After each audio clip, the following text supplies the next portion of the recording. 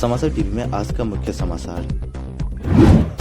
चलती ट्रेन का जैसे ब्रेक फेल होता है, कुछ इसी तरह का हादसा पटना मेट्रो के निर्माणाधीन टनल में हुआ।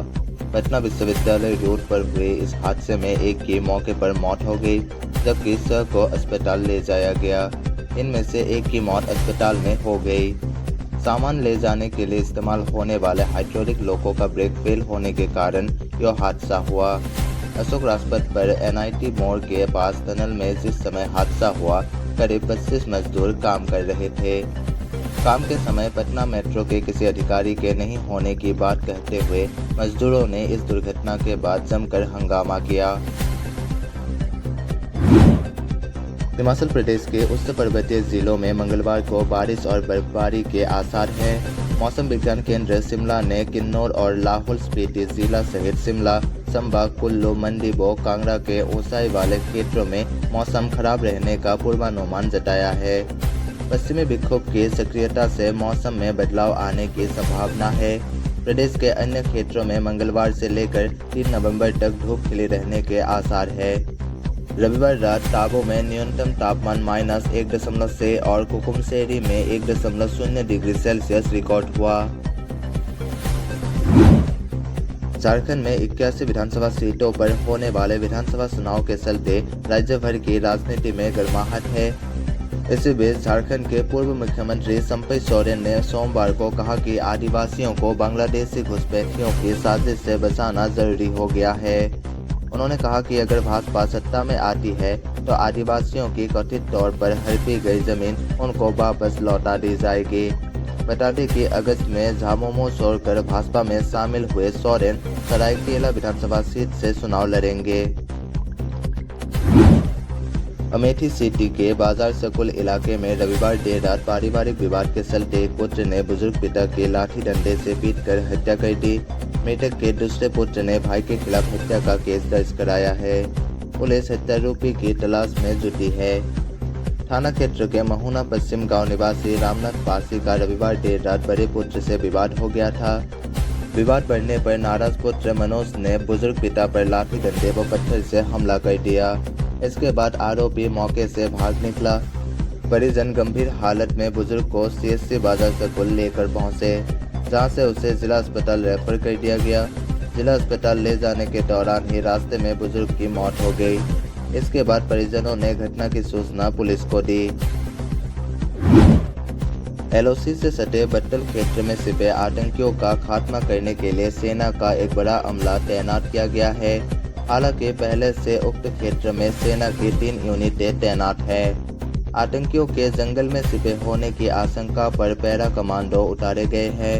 टैंकों और ड्रोन की मदद से जंगल को खंगाला जा रहा है। सेना के 500 से अधिक जवान सर्च ऑपरेशन में लगे हैं। आसपास के इलाके को पूरी तरह से सील कर दिया गया है। गांव बट्टल और आसपास रहने वाले लोगों को घरों में रहने की हिदायत दी गई है।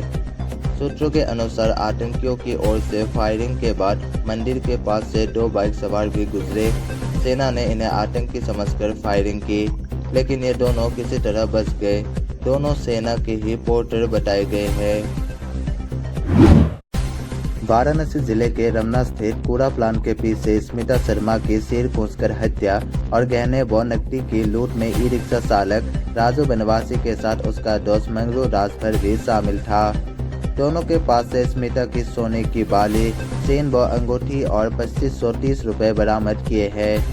भगवानपुर निवासी दोनों आरोपियों को सोमवार को अदालत में पेश कर न्यायिक अभिरक्षा में जेल भेज दिया गया है। अभिनेता सलमान खान को धमकी देने के मामले में मुंबई पुलिस ने एक आरोपी को नोएडा से गिरफ्तार कर लिया है। आरोपी युवक नोएडा में कारपेंटर का काम करता है।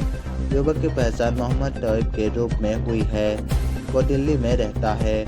जानकारी के अनुसार आरोपी युवक ने मुंबई पुलिस के कंट्रोल रूम में टेक्स्ट मैसेज किया था कि मैं सलमान खान को नहीं छोड़ूंगा। धमकी मिलने के बाद मुंबई पुलिस ने इस मामले को गंभीरता से लिया। इसके बाद मोबाइल नंबर से धमकी देने वाले की तलाश शुरू हुई। युवक की लोकेशन यूपी की मिली तो मुंबई पुलिस ने यूपी पुलिस मुख्यालय को इनपुट दिया। राजधानी दिल्ली में मंगलवार को केंद्रीय गृह मंत्री अमित शाह ने राष्ट्रीय एकता दिवस के मौके पर रन फॉर यूनिटी कार्यक्रम को हरी झंडी दिखाकर रवाना किया। इस मौके पर उनके साथ केंद्रीय मंत्री मनसुख मंडाविया, मनोहर लाल खट्टर, नित्यानंद राय और दिल्ली के एलजीबी के सक्सेना भी मौजूद रहे। राष्ट्रीय एकता दिवस के मौके पर आयोजित एकता दौड़ कार्यक्रम में केंद्रीय गृह मंत्री अमित शाह ने कहा कि इस बार 31 अक्टूबर को दिवाली का त्योहार है, इसलिए 31 अक्टूबर की एकता दौड़ को आज 29 अक्टूबर को धनतेरस के पावन अवसर पर आयोजित करने का निर्णय लिया गया है।